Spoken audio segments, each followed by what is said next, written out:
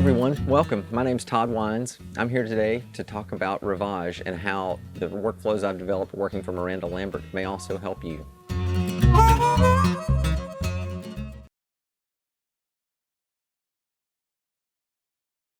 Miranda's camp is really a great place for me to have landed. She really cares about her employees, her band. She's really trying to create some healthy spaces, I think. She has this Airstream called Wanda, and it's pulled behind a Ford F-150 everywhere we go. And Wanda is outfitted with there's like a little banquette in one end that'll hold, I've seen as many as like 6 people sit, and it's about that wide, maybe as deep from me to you, and we'll squeeze 8 people in around this little banquette. There's a pew sitting down one wall across from the bar, and then on the other end there's this little nook. And they have these pop-ups that have, it looks like an old school Southwest trailer park, right, vibe. It says there's cactus and pink flamingos, and it's just, she creates a space for people just to come and hang after the show. And anyway, the environment out there has been really, really good.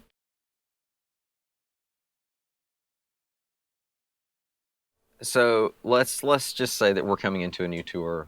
Maybe this is your first time around with an artist. Maybe it's your second gig with an artist. I think the first place you have to start is with the music.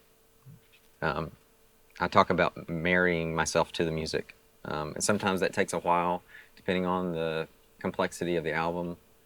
Sometimes, as you're doing plan and prep, it's okay, am I going to get a bunch of tracks, or do I have a live band? How much of this is going to be adapted for a stage performance, or are they actually trying to perform the record?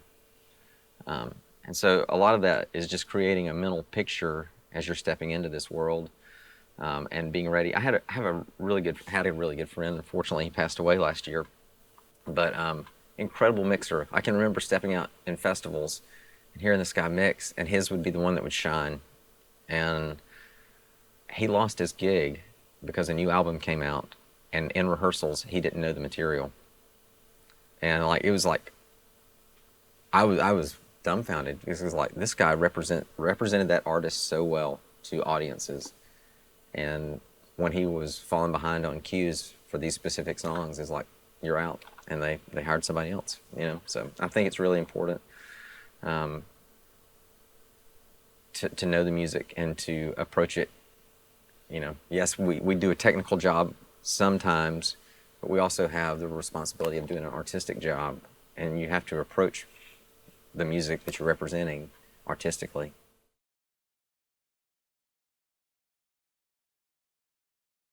Well, I don't know if you're like me, but I'm a gearhead. I wake up in the mornings a lot of times, and why am I thinking about that first? But I want to talk to you about my gear list and why I'm choosing what I'm choosing. And then if you have any questions, please go as we go. But when I first started mixing, I'd been an A2 for Vince Gill for a while, and I got to study under this guy. I say study because he was such a good mentor to me, but his name was Hugh Johnson. And prior to that, it was mostly one-offs and working for mom and pops and whatnot. But we did this gig together, and I had met him, but he didn't remember meeting me. And for whatever reason, we had 2 or 3 hours in the afternoon, and so we just hemmed and hawed for 3 or 4 hours, and we hit it off. And he requested me for a CRS showcase here in town from that vendor. And I was freelancing for the vendor, so I showed up, brought in a little console package for both ends of the snake, and we swapped information. And then a month later, he called me up and said, hey man, do you want to come look at a console with me? And DigiDesign, if you remember DigiDesign, had just released Venue D-Show. And so we're standing around what Sound Image used to be over next to Soundcheck in a little metal building over there. And so a couple of guys from DigiDesign are standing around. The account manager at the time, still the account manager, was standing there, and Hugh was there. So we're going around this circle, everybody's introducing themselves. And he gets to me, and I don't introduce myself, Hugh introduces me, and he says, "This is Todd, and he's going to go on the road with me if you want." And literally that was how I was given my first opportunity to start touring. Like, oh, okay, yeah, sure, that sounds great.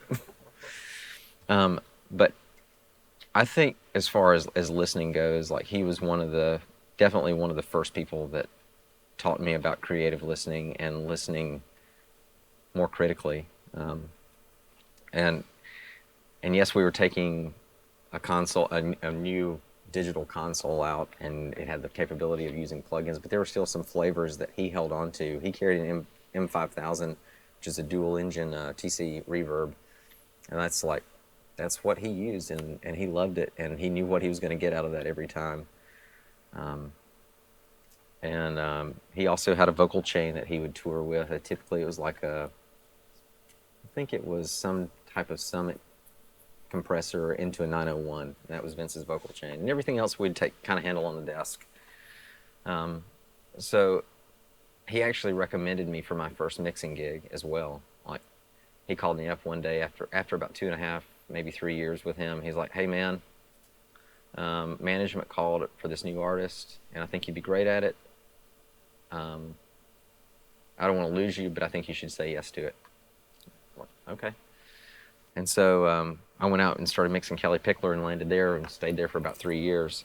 And man, my festival chops, that's where they got honed. Like, I thought I knew something about it before that, but having to step up to a different H3000 or a PM4K or whatever. I mean, I remember stepping up to 4Ks that didn't have 4 or 5 channels working, like pulled out of the frame. It's like, yeah, it works. Got a little rain last night. It'll work. You'll be fine. And there was something about that. It's like you're making do with what you have, and but it also gives you this want for what you're hearing that maybe you can't accomplish. So I started buying little bits of gear along the way, and I would carry an outboard rack just to be able to insert a few things here or there. The first pieces I bought was a channel strip, and it wound up being a Summit channel strip because at the time, Bricasti was being represented by Summit. So when I was trying to chase down the first Bricasti in like 2008 or 9, the guy that answered the phone was Eric Papp, who now he's one of the co-owners at Sphere, if you guys are using any of those microphones in recording. But his dad started Summit Audio, and he was like, "Hey man, you want to try out this channel strip as well?" I was like, "Sure, I'll give it a try." And so, like, just this evolution of things. Well, the Summit didn't stick around, but the Bricasti did. And I kind of joke around with people now, not to sell Bricasti at a Yamaha too hard, but I kind of tell people jokingly, it's like, don't listen to it.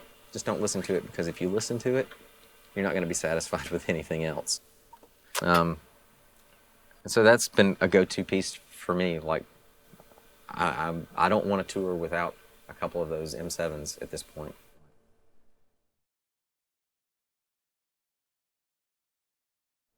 The other things that I typically have in my rack is a good test and measurement system. As much as I want to be a good listener, like, test and measurement is important to me. I see the benefits of it for a number of reasons. I think part of it is my fatigue, especially as I tour from city to city. I don't eat the same thing every day. I don't do a good job of exercising. I'm going through pressure changes, so I need something that kind of backs up my ears, because as much as I want to think they're pretty good most days, like, the truth is they change. I hear things differently, and I just need something to back me up that I can kind of rely on. Like, in the end, I don't think that our measurement should drive our listening. I think it should be the other way around. But I do think it's a good backup to reinforce what you're hearing. So the ULN8 is what I'm using. It's a metric halo piece, and they had a really good mixer early on built into their interface platform. And the other side to this particular manufacturer is they do a really good job of updating the hardware. So I've had some of their hardware for 12 years, and they continue to release updates for it rather than calling it obsolete and moving on to their next platform. It's just they do DSP upgrades, but you can still keep your hardware and pre's and whatnot. So the way that I'm using this particular platform, so I'll do everything that's going to Smart comes through here. I'm also using it for playback, whether it's through QLab or iTunes or what else do I have? I have the Smart oscillator routed through here as well, but I don't particularly care for the Smart oscillator. It's crazy, like you listen to enough pink noise, you start getting opinions about pink noise too and how it sounds. So, and I think the Rivage's pink noise is much more pleasing. So, plus it doesn't like crap out midway through while you're listening. For some reason, it doesn't matter what system I'm on, like that oscillator farts at some point. It's like it either drops out or clicks or pops or does something, so I just don't depend on it anymore. And then the other part of it too, coming from other console platforms and wanting to implement like a unified squawk and near field system, like I have what I call my near field bus, but what it's getting is a squawk mix or a talkback mix, as well as a left right of like a monitor bus or a Q bus, right? I also have in here a couple of channels that come from my solo B, right? So it gives me a reference of what's going on. I can just look at an RTA with whatever the soloed channel is, and it defaults to a mono of the two mix whenever I don't have something soloed. There's a plugin called Enphase. I don't know if it's a Waves plugin. I don't know if any of you guys use it, but like for multi-sourced inputs, I think it's a pretty brilliant piece, especially that you can look at an impulse and do an alignment and do a little bit of filtering there. Well, I keep looking at Kevin Kimmel and Chris Taylor. I'm like, when am I going to get something like this in Rivage? But until then, I do an alignment feed, and I have a matrix setup, a stereo matrix setup for multi-sourced inputs, or for if I need to compare like a process like a parallel processed chain, so that I can check for phase and summation. How I wound up at Rivage when I got the Miranda gig, I had been on Rivage, maybe I'd had it under my hands maybe 2 or 3 times in festival situations. I think not river stages, what do they call it? The CMA Fest. Anyway, it would show up there, go and talk to the guys. I think I met Kevin Kimmel doing one of those, and Chip is another guy that I met doing these things. I think that's probably where I met Chris Henson too.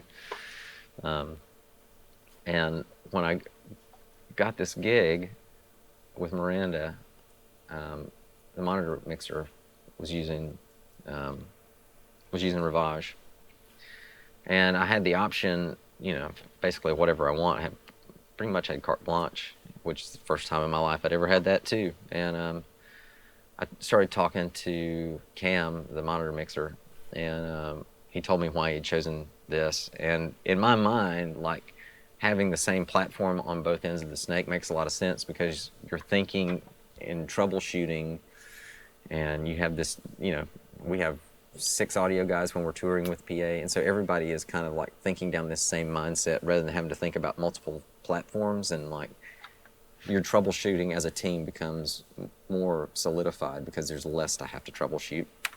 And so I was like, definitely give it a shot. We had rehearsals that I could step into and learn pretty quickly, and in that, like, I downloaded there was only one manual then. There's a couple of addendums now, but like just dropped it onto my computer and my iPad and had it alongside me. But I was up and making sounds in that first day. I was up and making sounds, within a couple of hours, and coming into a desk that was, zeroed. So, any guitar players in here? Like, I came to Nashville to study guitar.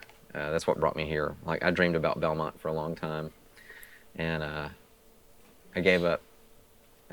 This sounds arrogant, and I don't mean it that way, but I gave up a full ride to a state school so that I could come and go into debt here. And about two or three semesters into it, I realized, like, man, I'm not built to be a guitar player. Thank God I was already, doing audio and was able to fall back into that. But guitar, in my mind, like, it's one of the easiest instruments to pick up. I think most people could probably figure out 3 or 4 chords, be able to play a song, that they could sing along to.